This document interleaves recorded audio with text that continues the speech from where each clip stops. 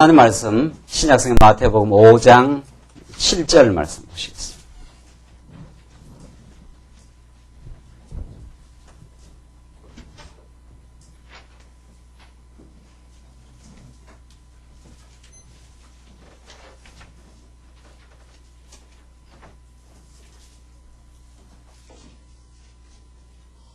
네, 우리 하나님 말씀 신약성경 마태복음 5장 7절 말씀입니다. 이 차이신 줄 알고 봉독 드리겠습니다.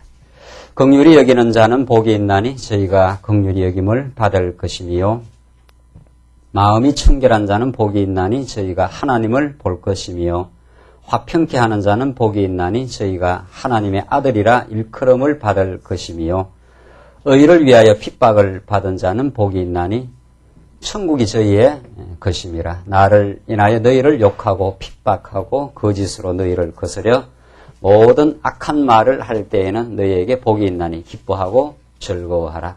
하늘에서 너희의 상이 큽니다. 너희 전에 있던 선지자들을 이같이 핍박하였느니라. 12절까지 우선 봉독드렸습니다. 우리는 지금 마태복음에 나타난 말씀 5장부터 지금 전개되는 선지직을 가지신 예수에 관한 진리의 말씀을 통해서 예수는 참 구약의 약속대로 오신 메시아, 특별히 이 본문의 내용과 관련된다면 하늘의 뜻을 우리들에게 올바르게 전달해 줄 수 있는 유일한 참 선지자임을 우리가 지금 공부합니다. 특별히 오늘 5장 지난 시간 마지막 시간부터 지금 계속 살펴나가는 5장부터 5장, 6장, 7장, 이 유명한 그 산상 그 보훈이라고 하는 이 말씀을 지금 우리가 이제 계속 앞으로 살펴갈 것인데, 이 말씀에 대한 곡해, 아주 체계적인 왜곡, 이것은 지금 얼마나 신학계에서 아주 그 난점으로 되어 있고, 정말 역사적으로 얼마나 이 본문의 말씀이 바른 그 복음의 말씀으로 해석되지 않고 쉽게 말해서 예수님께서 우리에게 주신 아주 고상한 기독교인의 어떤 그 도덕적이고 윤리적인 그 이상을 제시하는 말씀, 이렇게 이 산상 수훈이 해석되어 왔습니다. 이건 아주 길게 잡으면 2000년 교회사하고 종교개혁 이후로부터 이 본문에 대한 접근 자체가 지금까지도 그 도덕적 굴레에서 못 벗어나 있습니다. 이것은 수많은 신학자들, 지금까지 이 마태복음을 이해하는 모든 자들에게 그렇게 되어 있습니다. 그래서 나중에 가면은 황금률이라 해가지고 황금률을 해서 남에게 대접받고자 하는 대로 남을 대접하라, 이런 이야기들로 최종적으로 그 정리를 해가면서 기독교는 아주 고급한 정말 그 윤리를 이 산상수훈 예수님은 우리에게 제시하고 있다, 이렇게 가르칩니다. 이것은 수많은 크리스찬들에게 올무가 되어 왔고, 저 자신도 이 본문에 때문에 얼마나 많은 그 갈등과 고민을 하다가 결국은 이 복음의 말씀을 듣고 정말 그 해방을 받고 했던 본문인데, 도대체 이 산상수훈을 어떻게 접근할 것인가, 이것은 정말 큰 문제입니다. 산상수훈을 도덕적으로 우리가 지켜야 될 도덕적 규범 차원에서 접근을 할 것이냐, 안 그러면은 예수님의 자기 계시적 선포냐, 이 두 가지로 현격하게 쫙 갈라집니다. 예수님께서 지금 산에 올라가서 지금 선포하는 내용이 자기가 하늘로부터 온 참 선지자다, 그걸 가르쳐 줍니다. 그 선지자의 하는 일은 하나님의 뜻을, 구체적으로 말하면 구약의 율법과 선지를 이루시고 당신이 복의 근원으로 오셨다. 암울하고 흑암 가운데 그 당시에 그 사로잡혀 있던 초대교회의 그 당시의 사람들, 구약 율법을 완전히 체계적으로 왜곡해버린 그 사두개인, 바리새인, 서기관들, 그들이 율법을 지킴으로 하나님 앞에 나아갈 수 있다고 착각했던 그들, 그런 그 거짓된 종교 지도자들에 의해서 성도들은 그 당대 사람들은 갈 바를 알지 못하고 어둠과 흑암에 사로잡혀 있는 그들에게 하나님의 뜻 가운데 예수는 예언대로 이 땅 위에 출생하시고 출현하십니다. 이 마태복음 5장은 이미 1장에서 4장까지의 하나님의 그 작정과 구약의 무수한 그 예언과 그 약속의 말씀 따라 예수님이 하늘의 천국의 주인으로 이 땅에 그 출현하시고 기쁨과 삶의 의미를 알지 못하고 고통과 율법의 굴레 아래에서 정말 괴로워하고 몸부림치며 허위적인 종교적 그 규범 속에서 방황하는 그 당대 그 사람들에게, 그리고 오고 오는 하나님의 택한 백성들에게 하나님의 복음은 너희들이 율법을 지킴으로 이루어지는 것이 아니라 내가 그 많은 구약의 율법과 구약의 모든 선지를 내가 천국의 주인으로서 내가 그것을 모두 이 땅 위에 실현하기 위해서 이 땅에 내가 왔다. 그래서 내가 구약의 약속대로 출현하는데 이미 우리는 앞에 3장, 4장 내용을 통해서 예수님이 이 땅에 그 출현하셔서 세례 요한 밑에 들어가가지고 세례를 받으심으로 당신이 기꺼이 하나님의 아들이고 메시아인데 모든 주권을 가지고 있는 분이 우리들에게 하나님의 자비와 긍휼을 베풀어 우리에게 복을 그저 선물로 주시기 위해서 당신이 앞으로 죽으시고 살아나실 것을, 그게 세례 사건입니다. 그걸 위해서 내가 이 땅 위에 천국을 이루기 위해서 내가 왔다고 이미 앞에서 세례 요한의 세례 사건, 세례를 받음으로 예고해 주시고, 그리고 첫 아담이 사단 권세에 의해서 전부 사단 권세에서 유혹을 받아서 사단의 종로로 타는, 죄악의 종로로 타면서 인생이 어떠한 것을 이 땅에 세속적인 것을 가지고 있고 누리고 있어도 늘 갈등스럽고 참된 삶의 의미를 누리지 못하는 인생들에게 사단의 종로로서로부터 해방시켜 줄 수 있는 능력자임을 자기가 사단의 그 유혹을 다 하나님의 말씀으로 물리치심으로 메시아의 자격을 입증하십니다. 예수님께서. 내가 이렇게 첫 아담이 실패한 그 사역을 내가 승리할 것이다. 이렇게 예수님이 그 사역을 입증하고 지금 5장 고전에 그렇게 하고 제자들을 강권적으로 부르십니다. 내가 내 제자를 불러서 내가 천국을 만들어 가겠다. 그러니까 예수님께서 지금 1장부터 4장까지는 전부 하나님의 뜻을 실현하고 보여주는 계시적 사건입니다. 내가 이 천국을 회개하라 천국이 가까워 왔느니라. 천국은 누구라도 만들 수가 없고 메시아만이 그 천국을 선포하고 이룰 수 있다. 천국을 지금 드러내 보여주겠다. 그러고 나서 5장에 내가 참 선지자가 아니냐, 구약에 약속된 선지자로서 하늘의 뜻을 너에게 선포해서 이걸 이루어 주겠다는 계시적 선포입니다. 5장부터 계속해서 당신이 이루어내시겠다 이런 뜻이죠. 그래서 이게 복음입니다. 만약 여러분과 제가 애쓰고 노력해서 지켜서 천국을 이루어 가라고 한다면 우리는 그런 능력도 없거니와, 그런 능력이 있으면 예수를 왜 믿겠어요? 우리가 우리 자신의 욕망을 스스로 제어하고 이웃을 기꺼이 순수하게 사랑해서 이 땅에 천국을 만들 수 있다면은 우리가 예수 믿지 말아버리고 그냥 노력해서 산상수훈에서 말하는 대로 남에게 대접받고자 하는 자로 대접하고 말이죠. 모든 여기서 나오는 대로 다 옛사람이 말한 바 간음하지 말라 했다는 너희가 들었으나 여자를 보고 음욕 품은 이미 간음했느니라 하는, 예수님은 그 껍데기 행위를 보는 게 아니라 실제 그 동기를 보고 있는데 정말 그런 모든 완전케 한 그 율법을 이루어낼 수 있는 능력이 있느냐 말이죠. 우리 안에는 미움도 남아있고 음욕도 있고 욕심도 있고, 이게 산상수훈 참 이거 한번 잘못 보기 시작하면은 완전히 참 예수 믿는다는 게 엄청난 그 올무에 잡혀 들어가는 거죠. 오리를 가자 하면 얼마를 가요? 10리를 가자 하고 말이죠. 정말 그렇게 하느냐 말이죠. 그게 누가 하는 일이냐 말이죠. 정말 그게 지금 이 산상수훈에 대한 곡해와 오해가 지금 좀 진지하게 예수를 믿는 사람들한테 더욱더 큰 짐으로 다가옵니다. 그러나 우리가 이제 확인하는 대로 예수님께서 산에 올라가셔서 구약의 모든 율법과 선지를 이제 거론하시면서 이것은 내가 이루어내는, 내가 구약에 약속한 대로 내가 메시아로 와서 참 선지자로 와서 내가 폐하러 온 것이 아니라 완전케 해서 내가 1.1획도 남기지 않고 내가 다 이루어내겠다. 언약대로 당신이 성취하겠다고 하는 계시적인 선포입니다. 당신이 다 이루어서 너희들에게 참 복을 선물로 주시겠다 하는 그런 말씀입니다.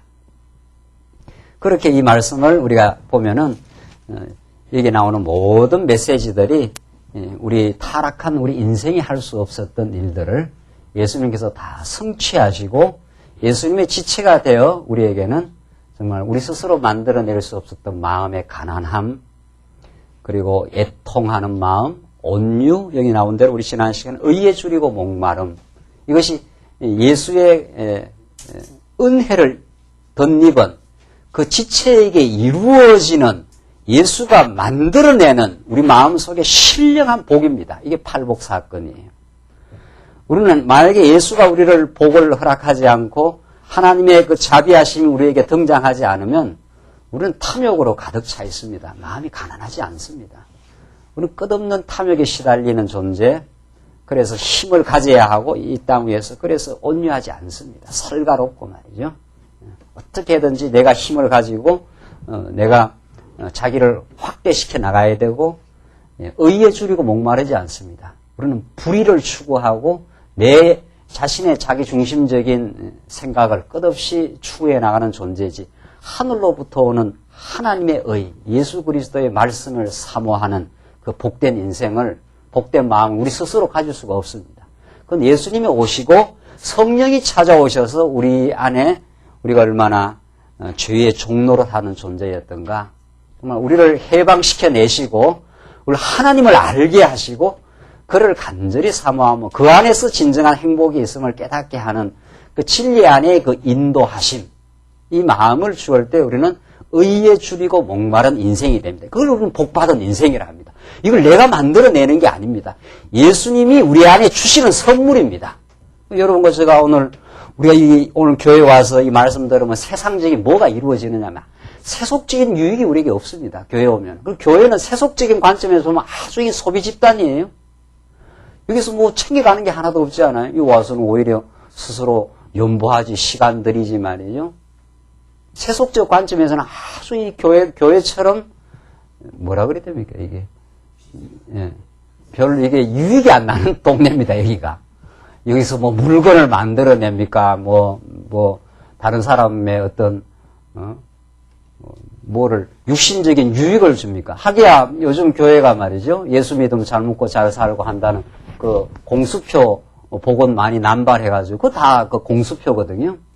예수 믿어도 얼마든지 병도 있고, 예수 믿어도 가난해지기도 하고, 예수 믿고 건강해지기도 하고요. 예수 믿고 잘 살기도 하고, 그건 하나님께 주신 일반 은총이지, 우리가 지금 예수를 믿다 하는 건, 예수를 메시아로 믿는다는 건, 그 영원한 통치와 영원한 생명을 믿는 겁니다. 영원한 천국을 하나님의 그 백성이 되었다고 하는 사실. 그래서 세상에서 우리 모든 것이 아사 하나님께서 걷어간다 해도 우리는 하나님의 자녀요, 영원한 복은 뺏기지 아니하는 그런 세상이 부여하지 못하는 영생의 복을 우리에게 허락하신 거죠. 그게 기독교라는 거죠.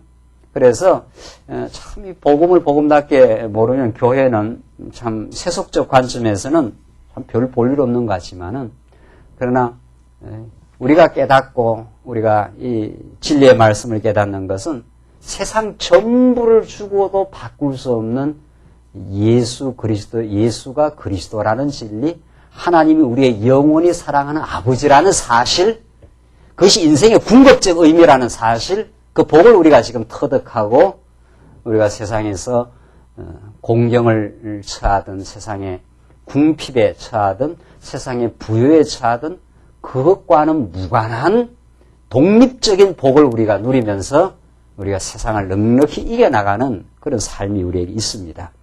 그래서 지금 이 팔복 사건 자체가 우리가 만들어갈 조건이 아닙니다. 우리가 이렇게 스스로 만들어야 뭐 복을 받는다는 뜻이 아니라 예수 안에 하나님께서 우리를 두시면 그런 복받은 사람의 하나의 특징이 생겨난다. 그게 복받은 증거다, 이런 뜻입니다. 복을 받은 사람들이 이런 일이 나요. 애통하는 거, 이 복받은 사람입니다. 자기 죄악에 대해서 애통해야 하고 자기의 부족함과 어리석음에 대해서 깨닫고 하나님 앞에 참 하나님 내 스스로는 나를 참 걷잡을 수가 없습니다. 이렇게 하나님 앞에 나아가는 그게 하나님의 큰 위로를 경험하는 자리입니다. 예수 믿는 안 믿는 사람은 그게 없어요. 하나님을 모르기 때문에 자기 죄를 깨달지도 못하고 또 진정한 하늘의 위로를 받지도 못합니다. 우리는 지난 시간까지 그 네 가지를 많이 오늘 7절을 보십시오. 긍휼히 여기는 자는 복이 있나니 저희가 긍휼히 여김을 받을 것이니요. 이렇게 되어 있어요. 이 긍휼히 여기는 자, 불쌍히 여기는 자는 복이 있나니 이 마음 참 다른 것 지체들에게 긍휼히 여기는 마음이 있는 이것이 그 예수를 믿은 예수 안에 들어와 있는 사람, 복받은 사람의 뚜렷한 그 증거라는 거죠. 이건 참 굉장히 이거야말로 정말 든든하고 여유롭고 충만한 사람이 가질 수 있는 참 특징입니다. 늘 그 비좁고 가난하고 빈곤하고 부족하다고 생각하는 사람에게 긍휼한 마음이 생기겠습니까?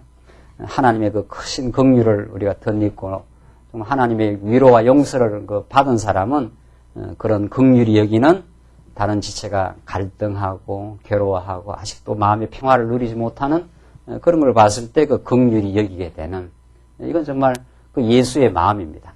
여기서 나오는 모든 것들은 궁극적으로 예수 증거입니다. 예수님이 궁극적으로 우리를 긍휼히 여기신 거거든요. 아비가 자식을 그 불쌍히 여기듯이 구약에 자주 그 시편에도 거론되는 아비가 자식의 그 처지를 불쌍히 여기듯이 여기서 나오는 심령이 가난한 자, 애통하는 자, 예수님이 우리 죄 때문에 얼마나 통곡했는지 모릅니다. 온유한 자는 강한 자만이 온유할 수 있잖아요. 의에 줄이고 목마른 자, 하나님의 뜻을 추구하는 자 이런 뜻이죠. 긍휼히 여기죠. 이게 궁극적으로 다 메시아 증거입니다. 궁극적으로는 계시란 말이죠. 계시적 선포. 메시아 당신을 지금 궁극적으로는 선포하고 거기에 붙은 자의 하나의 특징을 그렇게 지금 밝혀주는 겁니다. 사실은 이게 이 본문의 말씀이 우리더러 긍휼히 여기는 마음을 가지라 이런 뜻이 아니. 예수의 그 이루 말할 수 없는 예수를 통해 드러난 하나님의 긍휼하심 말이죠. 긍휼하심 때문에 여러분과 제가 산 겁니다. 지금 이렇게 예수 말씀을 듣고 우리가 교회 생활을 하는 건 하나님의 긍휼하심이 덧입어져서 그 불쌍히 여기심이 하나님 우리를 불쌍히 여기지 않으면은 우리가 이 말씀을 듣고 천국을 소망할 수 없는 거죠. 그런 그 예수님이 하신 일이 우리 안에 접목되어져서 지체로서 우리도 그런 마음이 생겨날 때 그건 정말 내가 복받은 사람이구나. 내가 이걸 만들어낼 수 없었는데 이걸 복받은 사람이라는 것을 확정하게 되는 거죠. 자, 그런 자는 저희가 긍휼히 여김을 받을 것이며 8절 마음이 청결한 자는 복이 있나니 저희가 하나님을 볼 것이며 이건 참 이것도 놀라운 거 복의 내용이죠. 마음이 청결한 자. 예수는 예수를 본 자는 하나님을 본 자요. 예수님이 정말 하나님을 대면할 수 있는 유일한 하나님의 자녀인데 그 예수를 우리가 믿게 될 때 예수를 통해서 우리는 하나님을 보게 되는 하나님의 살아계심을 우리가 믿게 되는 그런 청결한 마음을 우리가 가지게 되는 것. 이것처럼 정말 우리에게 복음이 없는 거죠. 우리가 말씀을 통해서 예수를 깨닫고 하나님 살아계심을 발견하고 우리 교회 생활을 통해서 우리는 지체를 이제 이용하려고 하지 않고 세상은 이용하고 경쟁하고 승리해야 되는 그런 각박한 속에 살지만 하나님께서 우리를 예수 안에 불러주시면은 우리 있는 그대로 감사하게 되고 정말 주신 것으로 지금 먹을 것과 입을 것이 있은즉 족한 줄로 알라. 이게 대단한 말씀이에요, 정말. 성경의 말씀. 하나님 알면 그렇게 되는 거지요. 오늘 지금까지 인대해 오시고 오늘 우리에게 먹을 것과 입을 것이 있으면 족한 줄로 알라 하는 그런 말씀이 정말 자꾸 깨달아져서 미래의 일을 하나님께 다 맡기게 되고 오늘 감사하게 되고 그래서 하나님이 오늘 나와 함께 계심을 깨닫는 그런 마음이 그 청결해진 마음입니다. 근데 탁한 마음은 욕심에 사로잡힌 마음은 끝없이 가지고도 불만족하고 마음의 평화를 누리지 못하고 그게 청결치 않는 마음입니다. 그 타락된 죄악에 물든 마음을 누가 씻어주느냐 말이죠. 십자가 사건이 완전히 정리하셨고 성령께서 오셔서 그 복음을 우리에게 하나님이 우리 아버지 되셨으니까 계속 나옵니다. 이제 마태복음 공중에 나는 새를 봐라 말이죠. 그들은 뭐 모아들이지도 않는다 창고에. 그래도 하늘에 계신 천부께서 그를 다 기르지 않느냐. 하물며 너희겠느냐 말이죠. 하나님께서 우리에게 다 기르시고 입히고 그래서 지금까지 살게 했지 않았냐. 그 복음을 깨닫게 되면 우리의 마음이 깨끗해져 나갑니다. 복음은 우리의 더러운 생각들, 하나님 중심하지 않는 어리석음과 염려와 걱정들을 다 씻어내는, 세척하는 거, 정결케 하는 그 능력이 있어요. 말씀의 능력이라는 게. 그러니까 우리는 하나님을 보는 거죠. 오늘 살아계심을 우리가 보는 것처럼. 그렇게 마음이 청결해져 가는 것, 이것이 예수의 복음을 통해서 하나님의 존재하심을 우리가 지금 깨닫는 사람들에게 나오는 결과입니다. 이게 우리 하나님께서 우리가 만들어 주시겠다고 하는 선포고 그걸 이루어 가십니다. 예수님께서. 9절 화평케 하는 자 복이 있나니 저희가 하나님의 아들이라 일컬음을 받을 것이며, 그러니까 하나님과 죄인 사이에 원수된 이 담을, 그 원수된 그 모든 장벽을 누가 궁극적으로 화평케 했는가?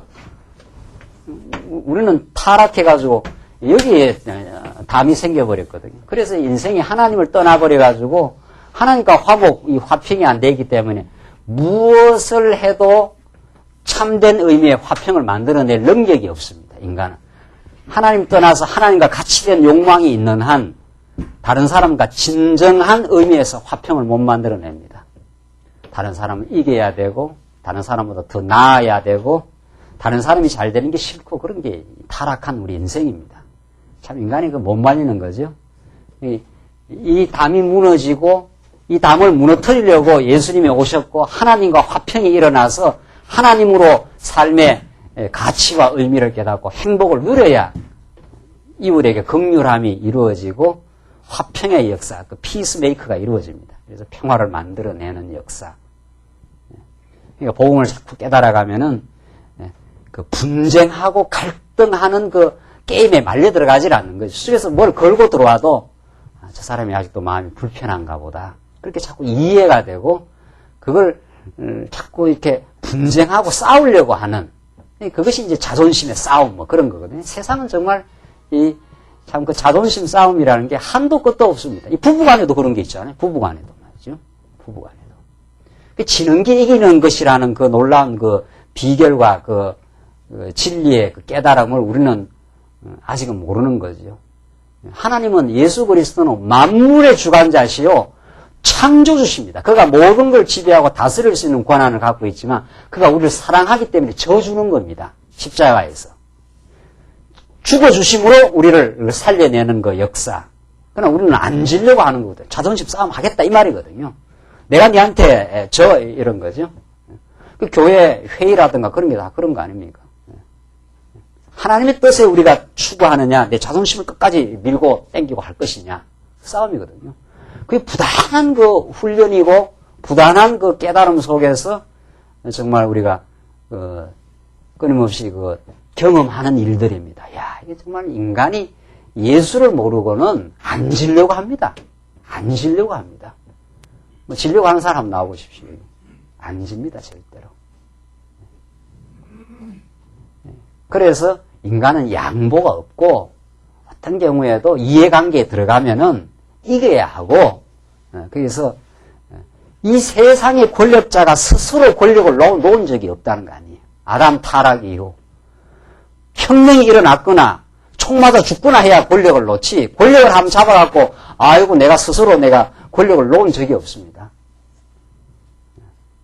그러니까 그 수많은 세월 왕정시대가 있다가 왕의 목을 어떻게 해요?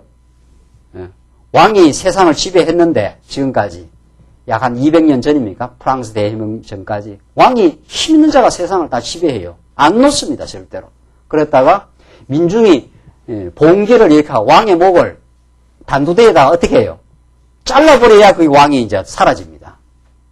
한 사람을 죽여야 그래서 민주주의라는 게 생겨났지 않았어요? 오늘 투표했습니까?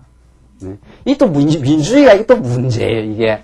민주주의가 좋은 게 아니에요. 우리는 왕정도 문제고 민주주의도 문제예요. 뭐 알고나 찍었습니까? 대충 당 보고 찍고 말이죠. 민주주의는 또 선동하고, 똑똑한 사람 뒤에 선동하면 또 민주주의는 우민 정치로 가는 겁니다. 민주주의에서는 복잡한 게 없고 말이죠. 이게 갈등이 많고 말이죠. 이익 집단이 많고 말이죠. 왕정은 통치는 잘 되는데 그게 억압이 있고 민주주의는 이제 억압은 아니죠. 근데 이건 완전한 혼란과 선동과 말이죠. 그래서 이 세상 어떤 정치로도 안 됩니다. 화해를 이루어낼 수가 없습니다. 어떤 정치 체제를 가지고도 화해를 이루어낼 수가 없습니다. 예수 정치 체제라야만 그 예수 안에 우리가 마음의 평화를 얻고 기쁨을 얻고 포기하고 예수 안에서 만나야 우리가 예수만이 우리의 왕이심을 깨달을 때라야 그때라야 이 안에 화평이 일어납니다. 예수님 십자가에 죽으심으로 하나님과의 화평의 길을 열어놓으심으로 우리가 범사의 하나님을 인정하게 되고 이것으로 만족함을 누리게 되고 그 분쟁에 자꾸 말려 들어가지 않습니다. 싸우려고 하면 싸우십시오. 나는 그 싸움에 게임에 안 들어갑니다. 당신 이겼다고 하십시오. 당신이. 그렇게 해서 오히려 힘으로 승리의 길을 찾아 나가는 그래서 점점 우리 예수 믿는 사람들이 그 분쟁하는 그 일을 점점 이제 서면은 다 있는 거죠, 우리도. 고린도 교회 보십시오. 바울이 세운 교회도 분쟁이 있습니다. 그러나 그것이 점점 성숙해 나가게 되면은 그런 게임에 점점 덜 말려 들어가게 되고, 이것을 있는 그대로 이해하게 되고, 오히려 지게 되고, 그것이 전체를 화평케 만들어가는 복된 일이라고 깨닫게 되고, 그게 예수 그리스도의 마음이 우리 안에 이루어져 나갈 때 화평케 하는 그 역사를 하나님께서 만들어 가시는 놀라운 복의 선물입니다. 이건 정말 놀라운 선물입니다. 예수가 정말 오셔서 만드시고 성령이 오셔서 우리 안에 이루어 가시는 복음입니다. 그래서 이 땅 위에 교회가 곧 뒤에 나옵니다만 빛과 소금이라는 것이 이 세상 이렇게 싸움 박질로 한 사람이 죽어야 한 사람이 승리하는 길로 나아가지만 우리는 예수 안에서 모두가 승리하는 길로 더 많이 깨닫고 더 많이 복음 안에서 화평을 누리는 자가 더 많이 수고하는 길로 더 먼저 수고하고 진지는 일로 그것이 세상의 빛이라는 거예요. 세상과는 전혀 다른 원리가 여기엔 작동을 하고 경쟁하는 그 마음이 화평하는 마음으로 바뀌어 나가는 그 놀라운 역사를 하나님께서 복으로 이루어 주시겠다고 하는 선포의 말씀입니다. 당신이 이루어내겠다 이 말이죠. 전부 예수가 다 이루는 내가 이 일을 이제 다 이루어 가겠다는 뜻입니다. 이 복을 너희가 받았고 이 복 안에서 살게 내가 만들려고 내가 구약의 예언대로 지금 천국의 주인으로 내가 왔다. 이 말입니다. 이 말이. 우리대로 지금 타락한 우리 인생대로 갈등하고 괴로워하는 우리 인생대로 화평을 만들라고 하겠어요? 이걸 어떻게 만들겠어요? 위로부터 내려오는 선물이라는 거죠. 마지막 10절 보십시오. 의를 위하여 핍박을 받은 자는 복이 있나니 천국이 저희 것임이라. 나를 인하여 너희를 욕하고 핍박하고 거짓으로 너희를 거스려 모든 악한 말을 할 때에는 너희에게 복이 있나니 기뻐하고 즐거워하라. 하늘에서 너희의 상이 큽니다. 너희 전에 있던 선지자들을 이같이 핍박하였느니라.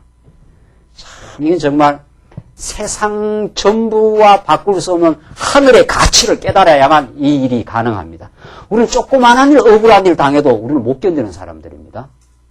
하늘의 복을 안 깨달으면 세상에서만 조그만 우리 손해보란 말이죠. 우리 다 억울해하고 힘들어합니다.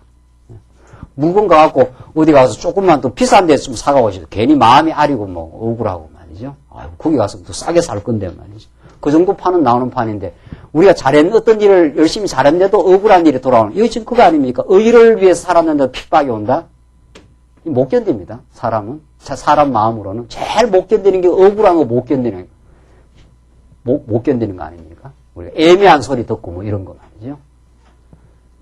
그건 정말 세상 전부하고는 바꿀 수 없는 영원하고 신령한 복을 받은 하나님의 자녀가 되었다고 하는, 천국이 우리의 것이라고 하는 그 확정을 받은 사람에게 주어지는 그 열매입니다, 이게.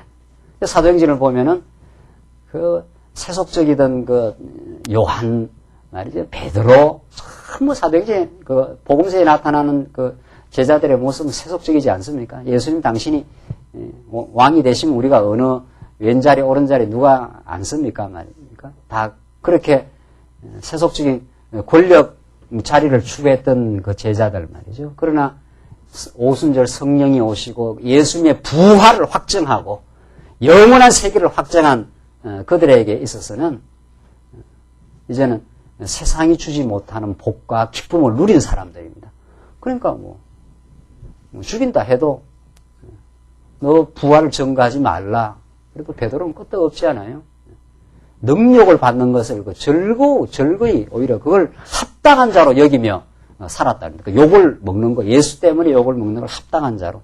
왜냐하면은 이 땅에서 오히려 좁은 길을 가게 돼 있고 진리의 길은 그것이 참 우리의 영생의 길이요. 오히려 그것을 통해서 하나님 우리를 더 보호하시고 하나님의 사랑을 깨닫는, 우리가 어떤 사랑하는 사람을 위해서도 우리가 수고하고 하는 거 우리는 그 기쁘게 여기지 않습니까? 그거나 마찬가지. 우리가 가치 있는 걸 추구하게 되면은 그건 오히려 대가 지불을 함으로써 그 일을 갑니다. 대가 지불을 함으로써. 우리가 진짜 가치 있는 일을 할 때는 그렇잖아요. 우리 자녀들이 가치 있다고 생각하니까 아낌없이 대가 지불해도 기쁘지 않습니까? 그걸 힘들어하는 사람 부모가 없습니다. 자녀를 위해서 뭐 이렇게 해주고 하는 거 말이죠. 그만큼 가치 있다고 생각하기 때문입니다. 이 아이를 위해서는 내가 무슨 고생이라도 해도 괜찮다. 그게 진짜 가치를 발견하는 사람입니다. 예수라는 가치가 얼마나 고귀한 가치인가. 우리가 늘 그림을 그렇게 그리잖아요.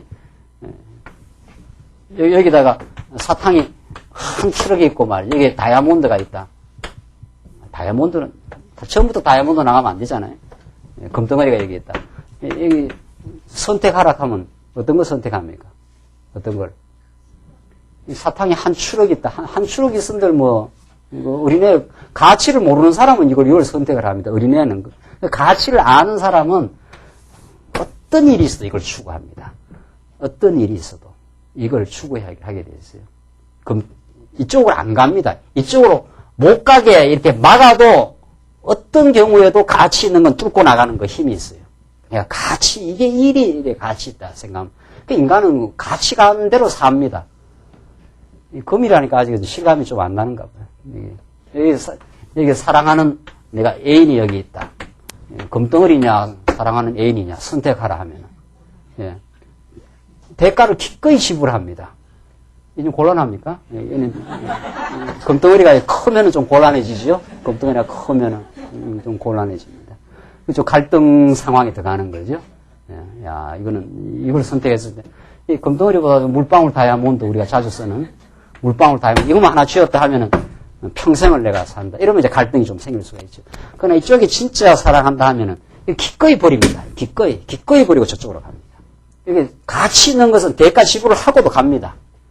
그게, 여기를 만나면은 나는 모든 의미가 이루어진다. 사랑할 때는 그렇게 되는 거 아니에요? 아무것도 없어도 상관없다. 당신하고 내하고만 있으면 된다. 이렇게 되는 거예요. 초가집이라도 상관없다. 이렇게 되는 거죠. 그 가치 추구할 때는 기꺼이 버립니다. 기꺼이 다 버려요. 버리게 돼 있어요. 그만큼 이게 복되다 이런 거 아니에요? 그만큼. 이거보다 이제 더 가치 있는 거. 여기 이제 나의 생명이 걸려 있다. 생명이냐, 애인이냐. 이래 되면 좀 심각해지는 거 아니에요? 네. 둘 중에 하나는 살아야 된다 말이죠. 이러면. 타이타닉 안 봤습니까? 타이타닉 영화도 안 보고 지금 다닙니까? 교회를? 그 마지막에는 워낙 그 애인을 사랑하니까 내가 죽겠다 말이죠. 그래 됩니다. 이게 무서운 겁니다. 같이 이 사랑이라는 거는. 당신이 살고 내가 죽겠다는 거 아니에요? 그만큼 사랑하게 될 때는 이거 자기 생명도 버립니다. 그 사랑은 그렇게 인간적 사랑도 위대한 거예요. 인간적 사랑도. 기꺼이 죽으면서도 행복해 하지 않습니까? 죽으면서도. 주인공이. 이건 정말 세속적인 가치인데 이걸 초월하는 예수가 우리를 영원히 사랑하기 위해서 십자가에 죽으셨다. 이렇게 되는 거거든요. 예수가 우리를 위해서 영생을 주시고 영원한 사랑을 확증하기 위해서 십자가에 죽으신 분이다. 그를 위해서 이렇게 되는 거죠. 이렇게 되면 이제는 아주 문제가 달라지는 겁니다. 정말. 그를 위해서 기꺼이 우리가 즐거움으로, 그래서 의를 위해서 핍박받는 것을 아주 즐거움으로 생각하라 이 말이죠. 그런데 이게 막 고통스럽거나 그렇지 않습니다. 내가 사랑하는 자를 위해서 내 생명을 버리는 걸 고통스럽게 생각 안 한다는 거 아니에요. 왜? 그게 너무도 삶의 의미가 되니까.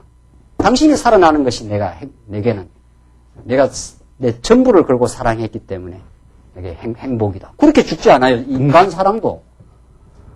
그만큼 뭘 붙들었냐가 중요합니다. 우리가 예수 믿는다는 것이 뭐냐 말이죠. 무슨 액세서리가 아닙니다. 예수 믿는다는 건. 나의 영원한 운명이 걸려있는 문제고, 그가 나를 위해서 영원한 생명을 주시고 삶에 참된 의미를 부여하신 분이다. 그걸 깨달으면 의를 위해서 핍박받는 것은 이건 정말 내가 제대로 지금 가고 있다. 이렇게 되는 거죠. 그러니까 예수 믿고 이 땅에 내가 플러스 알파가 생긴다. 이런 게 아니라는 거예요. 내가 사랑하는 애인을 위해서는 기꺼이 막 버려나가지 않아요? 그만큼 그 가치라는 거는 버리면서도 그걸 행복해하고 좋아하는 겁니다. 예수를 정말 우리가 믿어간다는 건 의를 위해서 핍박받는 것이 내가 당연하다. 욕먹는 것이 이건 너무도 당연하다. 그렇게 우리가 하는 거. 정말 그 가치 있는 거, 영원한 가치를 붙든 생명. 이게 신령한 복입니다. 이게 예수가 만들어내는 일이지, 이걸 우리들 하라 하면 하겠느냐 말이죠. 그 가치를 모르면. 그러니까 기독교는 억지로 믿으라는 게 아닙니다. 억지로 교회 생활 열심히 내라는 것도 아니고, 이것이 영원한 가치입니다. 예수가 우리를 위해서 이렇게 사랑하시고, 하나님의 무한한 자비를 우리에게 보여주신 겁니다. 우리의 불순종과 어리석음과 죄악과 정말 탕자 같은 우리들을 위해서 지금도 우리를 사랑하시고 붙들어 주시는 분입니다. 그걸 알면 우리가 좋아했던 것들 점점 기꺼이 우리가 그를 위해서 헌신하게 되는, 그것이 우리의 삶의 꿈입니다. 당신을 위해서 살 수 있다면 우리는 참 행복하고 기꺼이 우리가 주를 위해서 살 수 있는 길이 있다면, 이렇게 우리의 삶이 하나님 중심적 가치관으로 우리가 그렇게 바뀌어가고 우리의 삶 가운데서 그렇게 우리가 누려가면서 사는 거죠. 그래서 오늘 긍휼히 여기고 마음이 청결해지고 정말 갈등이 있는 곳에 화평을 만들어내는 역사, 그리고 주를 위해서 기꺼이 수고하고 핍박받는 것을 감사하게 생각하는 그런 새로운 인생으로 예수가 우리에게 만들어 주시겠다고 하는 그런 지금 계시적인 선언이요, 선포요, 하나님의 하시는 일이다. 이렇게 오늘 이 본문의 말씀을 우리가 해석합니다. 그 뒤에 가면 더 분명해집니다. 한번 보십시다. 12절, 13절, 13절로부터 5장 13절로부터 16절까지는 예수께서 소금과 빛이 되게 하신 제자들을 이제 교훈하십니다. 너는 세상의 소금이니 소금이 만일 그 맛을 잃으면 무엇으로 짜게 하리요? 후에는 아무 쓸데없어 다만 밖에 버리어 사람에게 밟힐 뿐이니라. 너희는 세상의 빛이라. 산 위에 있는 동네가 숨기우지 못할 것이요. 이런 말씀도 자꾸 소금이 되라 말이지. 빛이 되라라고. 이걸 무슨 우리더러 소금과 빛의 어떤 삶을 자꾸 살아라는 식으로 행동 수준에서 이 본문을 자꾸 가르쳐요. 그게 아니에요. 물론 결과적으로 행동은 나오게 돼 있습니다. 성경의 가르침은 이 규범을 통해서 우리에게 어떤 행동을 처방하고 행동을 촉구하는 말씀이 아닙니다. 성경은 하나님을 계시하는 말씀이에요. 하나님이 어떤 분인가를 우리가 가르쳐주고 그 하나님을 계시하는 예수에게 붙잡힌 바 된 지체가 되면 그게 결과로 열매를 맺힙니다. 그게 빛이 오면 빛이 우리에게 나타나는 거죠. 우리가 다 어둠이었는데 하나님 모르는 게 어둠입니다. 세상 모든 지혜와 지식을 다 통달한다 하더라도 하나님을 모르면 그게 어두운 겁니다. 세상 학문을 다 통달한다 하더라도 물리를 다 터득해도 하나님이 모든 역사와 물리와 인생과 우리의 생명의 주관자임을 모르면 그게 어두움이에요. 그런 어두움에게 예수님이 빛으로 오신 겁니다. 빛으로. 그가 영원한 로고스였다가 생명과 빛으로 우리에게 오셔서 우리에게 빛을 비추어 준 거예요. 아하, 하나님이 역사의 주인이시구나. 하나님의 인생을 작정해 놓으시고 나를 이 땅에 보내시고 살게 하시는 주관자이시구나. 그게 빛을 받은 사람의 그 나타나는 그 특징입니다. 그러니까 내가 뭐 빛을 이렇게 만들어낼 수 있는 사람이 아닙니다. 우리는 하나님께서 손 놔버리면, 지금도 우리 권사님이 기도하시는데 우리는 손 놔버리면 그냥 죄악된 생각합니다. 내가 내 주인 노릇하려고 하고, 주인 노릇하려고 하니까 내일 일을 염려해야 되고, 당장 하나님 잃어보란 말이죠. 노후 걱정도 해야 되지, 건강 걱정도 해야 되지, 뭐 걱정이 한두 가지가 아니에요. 자식 걱정도 해야 되지. 김 목사는 지금 그런 게 많지 않아요? 당장 그런 게 밀려와요. 내가 주인 노릇 하려고 하면은. 걱정한다고 또 뭐 잘 되면 걱정을 한 바가지로 하겠는데, 뭐 한다고 또 되는 것도 없어요. 안 되면 또 이제 또 하는 거거든요. 그래서 우리가 빛을 만드는 못 냅니다. 우리가 소금의 부패를 방지하는 스스로의 우리도 부패에 빨려들어가고, 우리도 세속적 가치를 다 좋아하는 걸요. 하나님 말씀 안 붙들려 보십시오. 다 세상 우리 다 사랑하지, 사랑 안 하느냐 말이죠. 진리가 우리에게 정말 감동적으로 다가오니까 세상보다 예수를 사랑하고, 예수를 사랑한다는 건 예수를 왕으로 모신다 이런 뜻입니다. 예수를 메시아로 믿는다 이런 뜻이니까, 왕으로 모시니까 왕이 내한테 해주신 것이 다 적당하다고 믿으니까 우리는 그때 감사하게 되는 거죠. 안 그러면 우리가 왕 노릇도 해야 되고 걱정도 해야 되고, 그래서 어둠입니다. 내가 빛을 내 스스로 발광체가 안 됩니다. 우리는 빛이 비추어서 빛이 반사가 되는 것뿐입니다. 그래서 세상의 교회가 빛이라는 거예요. 정말 이 교회는 정말 세상의 빛입니다.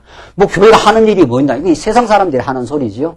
여가 뭐 물품이 나오냐, 뭐 여가 뭐가 돈이 나오느냐, 세상 명예가 생기느냐. 그러나 그건 세속적인 관점으로 보는 거고, 신령한 눈으로 하나님의 관점으로 여기에 오면 진리가 역사하기 시작하면은 감사가 있어요. 세상은 감사가 없습니다. 참 감사. 저를 지도했던 지도 교수가 말이죠. 얼마나 머리가 비상하고 말이죠. 뭐 세계적인 지금 책을 쓰고 있지 않아요, 지금도. 그 사람이 하나님 몰라요? 모르니까. 자기는 자기가 이렇게 글을 쓰고 하는데 착착 자료가 또 그때그때만 등장을 한답니다.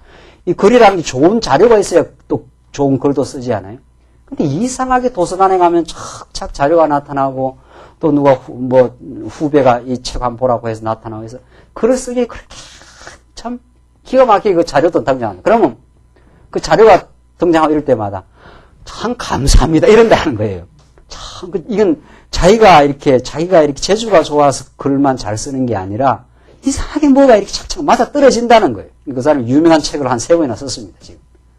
그래갖고, 근데 감사할 대상이 없지 않아요. 그러니까 손을 이렇게 내고, 참 감사합니다. 이런다는 거예요. 내가 참. 그 감사를 하나님께 해야 되는데, 하나님께서 그 옆에 있는 사람들 착착 어떤 일이 되려면, 여러분들, 어떤 일이 되려면, 앙과 바퀴 다 맞아 떨어져야 됩니다. 예. 앙과 바퀴. 우리 오늘 집사님도 그런 이야기 하더라고요. 장사가 되려면 말이죠. 자기는 지금 막 애써갖고 그 장사 목이 좋은 자리를 마련해놨을 뿐이지, 노력해가지고 그 목을 하나, 좋은 장소를 하나, 가게를 마련했을 뿐이지, 이 경기를 다 이게 조정해야 그게 장사가 된다는 거 아니에요. 경기를 우리가 무슨 수로 조정을 합니까? 부동산 경기라든가 무슨 세상 경기를 무슨 수로 조정을 해냅니까? 그걸. 그래서 글을 잘 쓰고 나서 그냥 자기가 어디라도 감사하고 싶다는 거예요. 안타까운 일이죠. 그래서 참 감사합니다. 뭐 감사의 대상이세요. 우리는 살아계신 하나님, 나에게 그런 은혜를 베푸신 하나님, 오늘 하루를 건강하게 살게 하신 하나님, 오늘 우리 산에 갔다 왔지 않았어요? 산행했지 않았어요? 그 산행, 오늘 우리 연세 드신 우리 고장노님이 80인데도 그 따라다니시더라고. 보통 감사할 일이 아니에요. 예. 야, 우리는 저 나이 되면 저 따라다니겠나 말이죠. 건강한 거 참 감사할 일입니다. 하루 우리 정말 감사할 일. 예. 아파 본 사람은 참 건강한 거 정말 감사할 일이죠. 예. 김기훈 목사님 걸어 다니는 게 보통 감사할 일이 아니에요. 6개월을 못 걸어 다녔으니까 말이죠. 참 감사할 일이고. 알죠? 우리 직장이 있는 것도 감사할 일이고, 일터가 있는 것 감사할 일이고, 그게 빛입니다. 하나님 감사합니다. 오늘 하루 생활 이렇게 무사히 지켜줘서 참 감사합니다. 이게 세상의 빛입니다. 이 세상이 빛입니다. 세상 감사를 몰라요. 이것처럼 세상에, 그러니까 우리 모든 광야의 식구들이 참 감사가 넘치고 마음에 평화가 넘치는 거. 갈등하려고 하는 걸 우리 싫어해요. 갈등하는 거를. 갈등한 소지가, 의견 차이가 생기다가도 조금 지나고 나서 우리 갈등하지 맙시다. 말이죠. 조금 더 양보를 한다든가, 더 여유있고 더 평화로운 사람이 자꾸 이렇게 갈등, 분쟁에 덜 말려 들어갑니다. 그래서 우리 사랑하는 지체들끼리 좀 의견 대립이 생기다가도 조금 지나가면서 화평을 만들어내는 거. 이건 교회가 만드는 일입니다. 하나님의 진리인 교회 백성에게 주어지는 복입니다. 평화, 감사, 말이죠. 미래에 대한 염려가 사라지는 거. 하나님께 모든 걸 맡기는 거. 이건 세상이 만들 수 없는 겁니다. 그래서 이게 빛이에요. 빛이 비친 사람들의 그 결과입니다. 그렇게 사는 것 자체가 최고의 빛이에요. 최고의 빛. 어디 사회개혁하러 안 쫓아다녀도 돼요. 사회개혁하러. 사회가 개혁되느냐 말이죠. 이 제약 세상이. 우리가 그렇게 사는 것이 최고의 빛을 비추는 겁니다. 최고 세상의 소금이 되는 것입니다. 세상 경쟁의 구도 속에서 끝없이 살아가지만 우리는 서로를 존중하고 나보다 남을 낮게 여기라. 그 빌립보서에서 아주 신앙으로 무장대에 갔을 때 당신이 한다고. 당신의 그 은사가 일을 잘할 수 있다고 생각합니다. 그래서 서로서로의 은사를 존중해 나가는 우리 교회의 조직 생활 말이죠. 우리 속회를 운영하고 구역회를 운영하고 할 때 말이죠. 상대방의 은사를 저 사람 저 은사가 참 잘한다고 생각합니다. 나는 또 하나님께 내게 주신 은사대로 참 나는 이 일을 감사하게 생각하며 살아가는 거. 이거 하나님의 말씀이 역사하는 교회 안에서 이루어지는 빛된 삶입니다. 타락된 삶이 아니라 그게 타락과 부패를 방지하는 소금으로서의 사명이 감당되는 거죠. 이게 예수의 마음이 우리 안에서 이루어내는 일입니다. 그래서 너희는 세상의 빛이라 했지 않았어요? 빛이라. 한국교회는 이걸 상실했어요. 진리가 진리답게 증거되지 않으니까. 교회 안에 지금 분쟁과 갈등이 말이죠. 시기와 원망이 말이죠. 껍데기로만 만나고 말이죠. 점점 힘들어지지 않아요? 교회가 지금. 그래서 교회가 큰 게 문제가 아닙니다. 오늘 모인 성도들 안에서 참 서로 섬기려고 하고 말이죠. 감사가 넘치고 서로 화평하게 되는 그런 역사를 하나님께서 우리에게 만들어 주시면은 정말 우리는 세상의 빛으로, 우리는 어둠이었지만은 예수가 우리의 빛과 빛으로 오셔서 우리가 그 안에서 우리가 살아가는 기쁨이 넘치는 삶.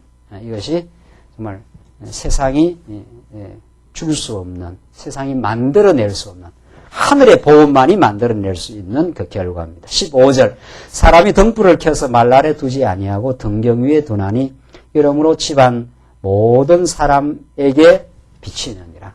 사람이 등불을 켜가 말 아래 숨겨두겠느냐 말이에요. 자연적 빛은 드러나게 돼 있다. 우리가 어디 쫓아다니면서 빛을 발휘하는 게 아니라 복음을 깨닫고 감사하게 살아가는 그 삶이 최고의 파급 효과입니다. 말씀을 듣고 참 내 마음에 자유가 있습니다.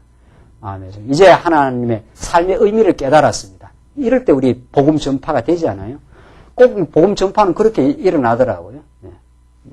그 기쁘고 행복한 사람은 그런 그 파급 효과가 있습니다. 만나는 사람마다 말씀 한번 들어보십시다. 우리 인터넷에 한번 들어가 보십시오. 뭐 이런 이야기가 되는 거죠. 나는 이 말씀 듣고 삶의 궁극적 의미를 깨달았다. 내가 왜 땅에서 살아야 되는지, 왜 내가 고통을 겪어야 했는지 그 의미가 나는 깨달아졌다. 이 말이죠.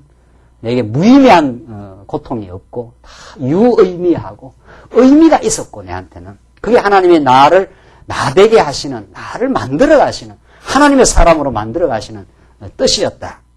이런 그 깨달음과 기쁨, 그것이 퍼져나가게 되어 있습니다. 그게 우리 광야교회 식구들이 모여서 기쁨을 나누어 누리는 만큼 나는 저변 확대가 된다고 봅니다.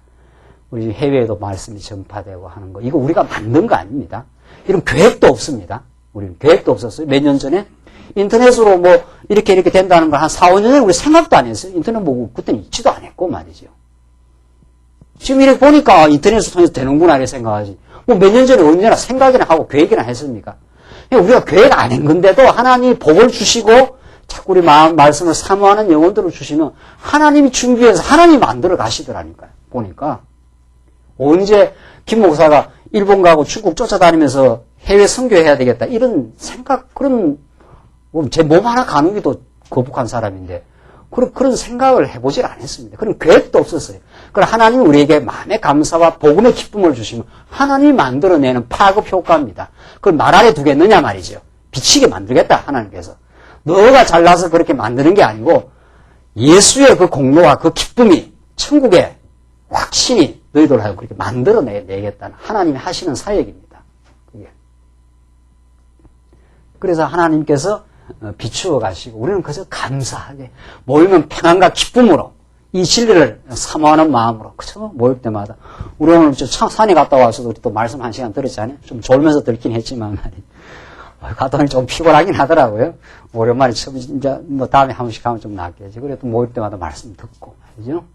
자, 우리는 복된 자리에 있다 말이죠. 정말 우리 말씀 깨닫고 우리가 삶에 추구하는 목적이 우리는 같은 사람들이다.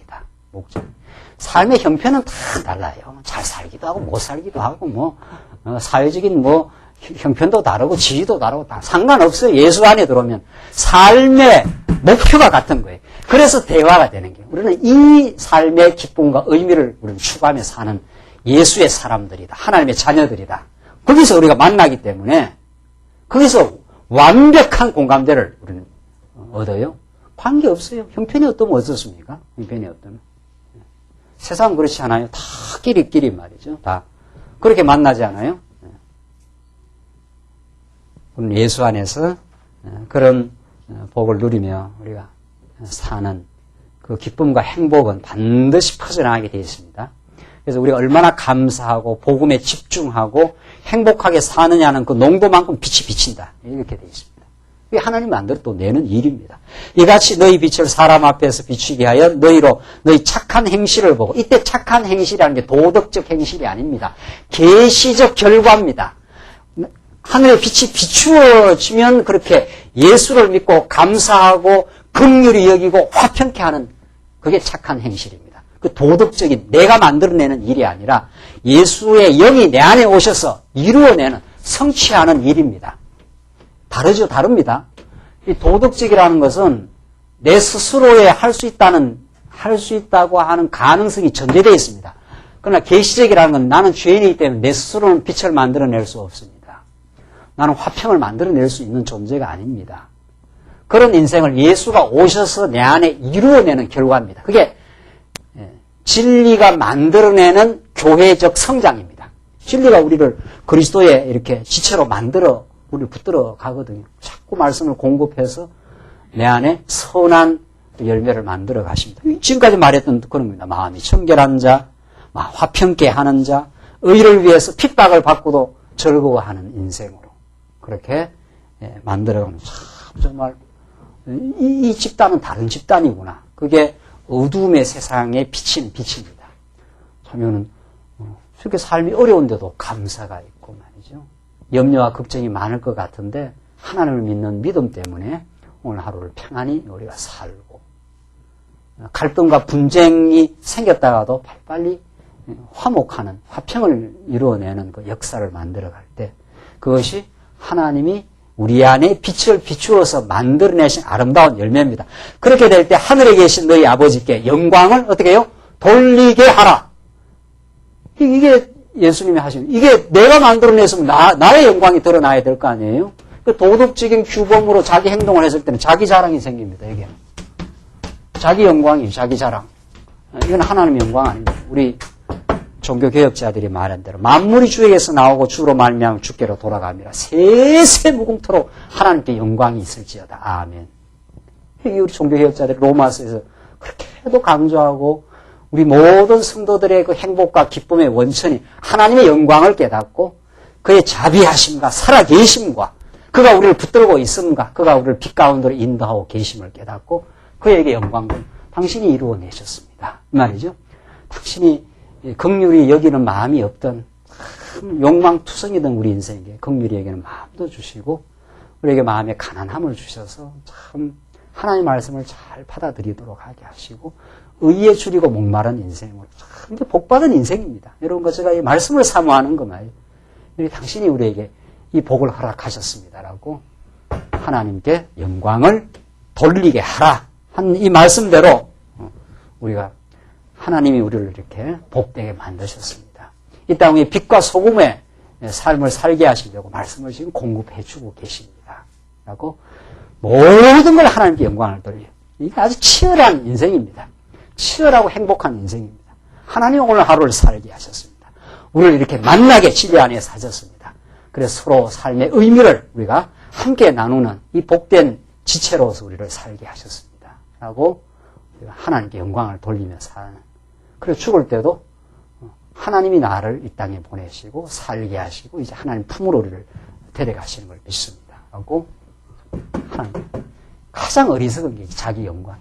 지금 김용호 교수가 계속 TV에서 나와서 아이들한테 이걸 가르쳐요. 이걸 계속해서 인간이 그렇게 한다는 거예요. 노자 철학을 가르쳐 가면서 이래 강의를 들어보면 참 정말 저렇게 많은 학식과 지식이 하나님으로부터 멀어지게 하는 거구나. 하나님 모르고 그렇게 많은 그의 지식이 하나님과는 상관없이 자기가 만들어낼 수 있는 일을 가르쳐요. 그거 아니에요. 우리는 하나님의 은혜로 살았고 은혜로 지금 예수를 믿었고 은혜로 긍휼히 여김과 의에 줄이고 목마른 인생으로 행복한 인생으로 하나님이 우리를 그렇게 인도하시고 만들어 가시고 오늘 우리를 불러 모으시고 계십니다.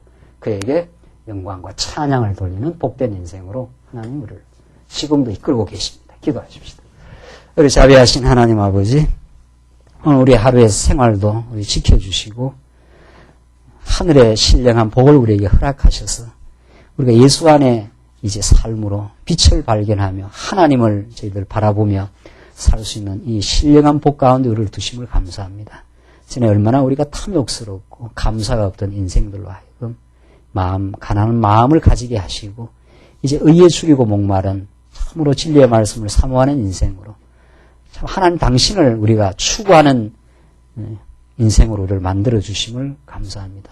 우리 하나님 안에 진정한 복과 기쁨이 있는 줄 알고 오늘 주신 것으로 만족하며 참으로 세상이 알지 못하는 감사와 평강과 빛의 삶이 있게 하시옵소서.